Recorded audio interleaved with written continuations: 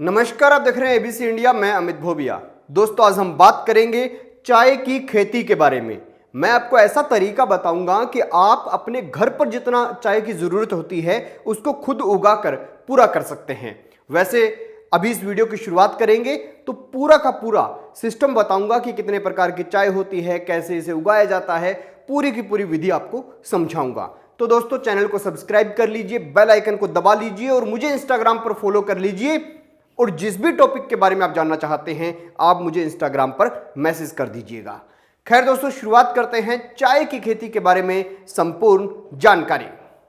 तो दोस्तों, अगर आप अपने घर पर चाय का पौधा लगाना चाहते हैं तो आप उसे दो तरीके से लगा सकते हैं, एक बीज के जरिए और दूसरा कलम के जरिए।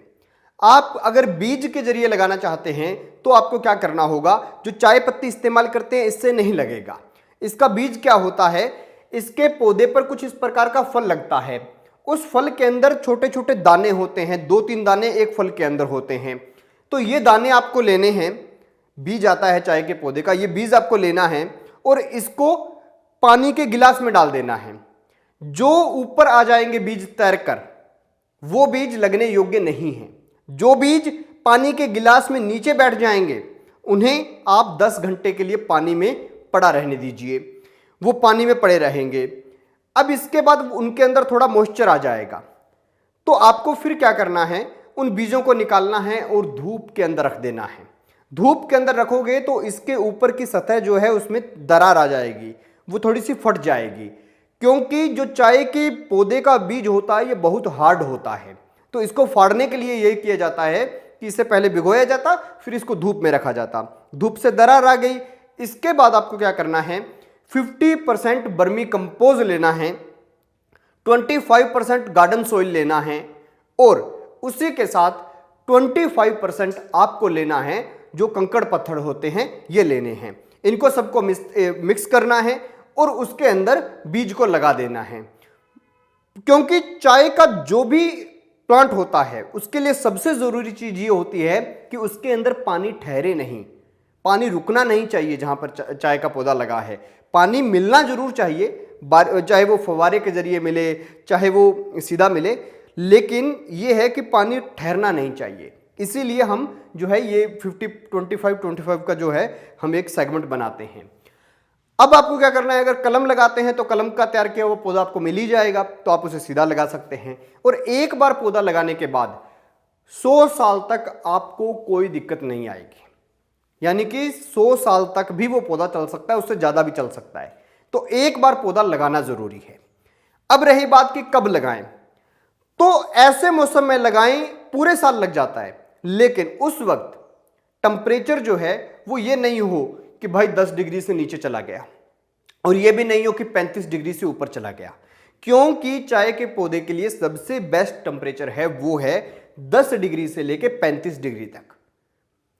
तो आप इसे सितंबर में, अक्टूबर में या नवंबर की भी शुरुआत में भी इतना टेम्परेचर नहीं होने लगा तो इस टाइम में लगा सकते हैं। लगाना कहां पर है, तो ऐसी जगह पर लगाना है जहां पर इसको थोड़ी छांव मिलती रहे।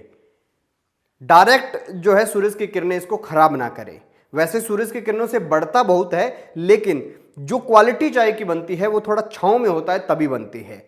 तो आपको इसे जो है आपके घर पे जो बड़े पौधे लगे हैं उनके बीच में लगा देना है। अब रही बात कि चाय के पौधे की कटिंग कैसे होती है, तो मैं आपको बता दूं, चाय के पौधे के बारे में एक बात ध्यान से सुन लीजिए। अगर इस पौधे को आप ऊपर से नहीं काटेंगे, इसकी पत्तियों को नहीं काटेंगे, तो ये बहुत बड़े दरख्त के रूप में भी तैयार हो सकता है। लेकिन आपने देखा होगा ज्यादातर चाय के पौधे ऐसे होते हैं। ऐसे होते हैं, इसका कारण क्या होता है, इसके ऊपर जो नई पत्तियां लगती हैं, क्योंकि चाय जो बनती है ना ये पुरानी पत्ती की नहीं बनती। जो नई पत्ती निकलेगी, बीच में एक छोटा सा नया पत्ता निकला और साइडों में 2 पत्ते निकले, इन 3 पत्तों को तोड़ा जाता है, फिर इन्हें प्रोसेस किया जाता है, फिर इनकी चाय बनती है। तो प्रोसेस करने की विधि तो आपको सोशल मीडिया पर बहुत मिल जाएगी, कुछ नहीं है, बस इसको यहाँ से लाना है, उसके बाद हल्की टेम्परेचर पे उबालना है, उसके बाद इसकी पत्तियों को सुखा देना है काट कर, पूरा चॉपिंग वॉपिंग करके, और फिर उसको आप जो है वो चाय के रूप में तैयार हो जाती है। थोड़ा बहुत फर्मेंटेशन करना होता है, उसके बाद तैयार हो जाती है। तो आपको क्या करना है, इसके पौधे को टाइम टाइम पे काटते रहना है ऊपर से, और ऊपर की ही पत्तियां इसकी इस्तेमाल करनी है। वैसे दोस्तों आपकी जानकारी के लिए मैं बता दूं कि भारत के अंदर जो चाय की खेती है ये केवल असम में नहीं होती। हाँ, असम की और पश्चिम बंगाल के दार्जिलिंग की, वहाँ की चाय जो है बहुत फेमस है, क्योंकि कहीं इसके रंग के हिसाब से फेमस है, कहीं टेस्ट के हिसाब से फेमस है। वैसे भारत के अंदर हिमाचल प्रदेश, उत्तराखंड, बिहार, सिक्किम, असम, मेघालय, त्रिपुरा, मिजोरम, पश्चिम बंगाल, उड़ीसा, मणिपुर, नागालैंड, अरुणाचल प्रदेश, तमिलनाडु, केरल और कर्नाटका के अंदर भी चाय की खेती होती है। खैर दोस्तों, आपको एक ज्ञान की बात और बता दूं कि चाय जो है कई प्रकार की होती है। ग्रीन टी होती है, एक जो ब्लैक टी होती है, और उसी के साथ साथ व्हाइट टी भी होती है। जो 3 पत्तियां आप तोड़ते हैं, इनकी 2 पत्तियों को छोड़ दीजिए, अकेला नया पत्ता जो हल्का सा निकला है बीच का, वो निकाल लीजिए, वो होता है व्हाइट पत्ती। उसकी चाय जो बनती है वो व्हाइट पत्ती की चाय बनती है। और आपको एक बात और बता दूं, उसकी कीमत जो है वो 10,000 रुपए किलो से भी प्लस में रहती है, क्योंकि उसे तोड़ने में और इस काम में बहुत मेहनत लगती है। खैर दोस्तों, आपको सारी की सारी इंफॉर्मेशन मैंने दे दी है। इसके बाद भी किसी भी प्रकार का कोई सवाल हो तो कमेंट सेक्शन में आप पूछ सकते हैं। चाय बहुत अच्छी चीज है और भारत में ही इसका सबसे ज्यादा उत्पादन होता है। दुनिया भर में जो चाय इस्तेमाल होती है उसमें भी 27-28% भारत का ही चाय जाता है।